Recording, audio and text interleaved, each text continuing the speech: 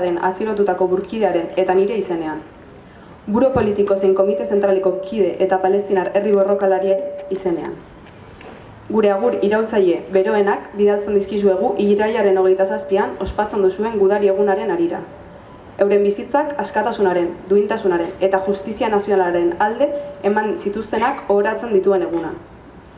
Herri frontetik, zuen borroka jarraian eta zuen martirien sakrifizioan aspirazioaren, kolonialismoaren eta okupazioaren aurkako borroka internazionalistaren jarraipena ikusten dugu. Palestinar herriaren eta Euskal Herriaren artean urteetan edatzen diren erro komunak antzematen ditugu. Biek euren nortasun kulturalaren eta autodeterminazio eskubidearen aurka jotzen duten politika oldarkorrei aurre egin behar izan diete eta jarraitzen dute. Biek eskubide nazional zilegien errendizioa edo uko egitea baztertzen duen erresistentzia hauskaitzaren ondareari eusten diote.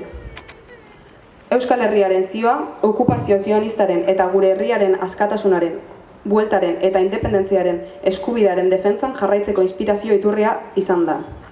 Eta izaten jarraitzen du guretzat.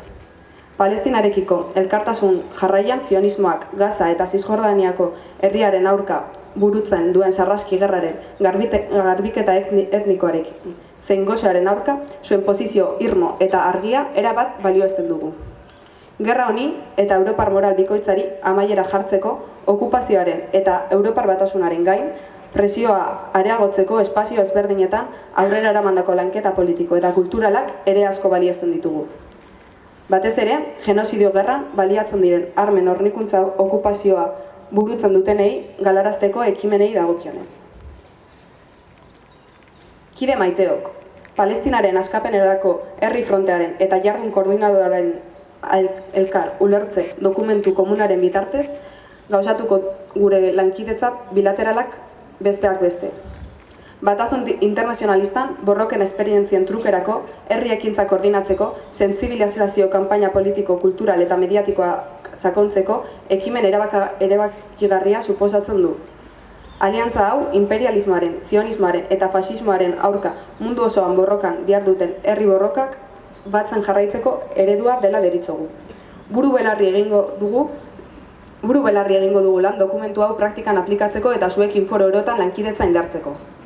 Gudari eguna bezalak egun ileskorrean, zuen eta zuen herriaren sakrifizioak alferrikakoak izango ez direnaren gure konpromisoa berresten dugu. Gure bi herrien arteko elkarlan jarraitua askatasunaren, justizia sozialaren eta duintasunaren aldeko zein entitate zionista kriminaletik hasitako imperialismo eta bere bitartikarien aurkako borrokaren luzapen naturala da. Esparru guztietan, politikoan, kulturalean, gazterian zein mediatikoan, elkarlanean jarraitzeko eta alor internazionalean inpaktu antzemangarria eragin dezaken eta elkartasun internazionalista indartu dezaken ekimen oro babesteko gure konpromisoa berresten dugu. Gora eta betiko argia Euskal Martirientzat. Gora eta askatasuna Palestinarentzat. Burkidetza eta agur iraultzaile beroenekin zuentzat eta Euskal Herri maitatuarentzat. Jamil Mazar, idazkari orde orokorra.